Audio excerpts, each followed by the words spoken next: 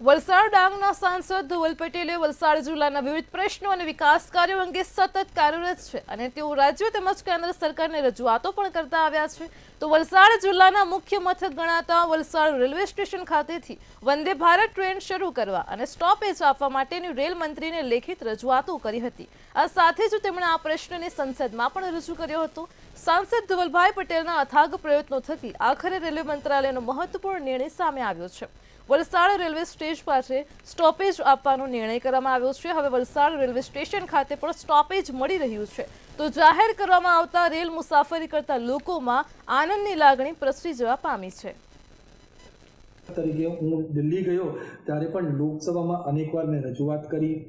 આપણા દેશના રેલવે મંત્રી અશ્વિની વૈષ્ણવજીને પણ રજૂઆત કરી, દેશના ઉચ્ચ રેલવે અધિકારીને પણ રજૂઆત કરી. જે 1 વર્ષનું જે આ પૂરી પ્રક્રિયા છે આજે પૂર્ણ થઈ છે અને આપણે વલસાડ રેલવે સ્ટેશન ખાતે વંદે ભારત ટ્રેનનું સ્ટોપેજ અપ્રૂવ થઈ ગયું છે.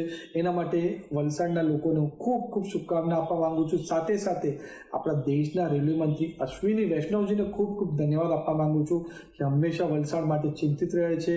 પહેલાં એમને ઉમરગામમાં ટ્રેનનું સ્ટોપેજ અપ્રૂવ કરાવ્યું,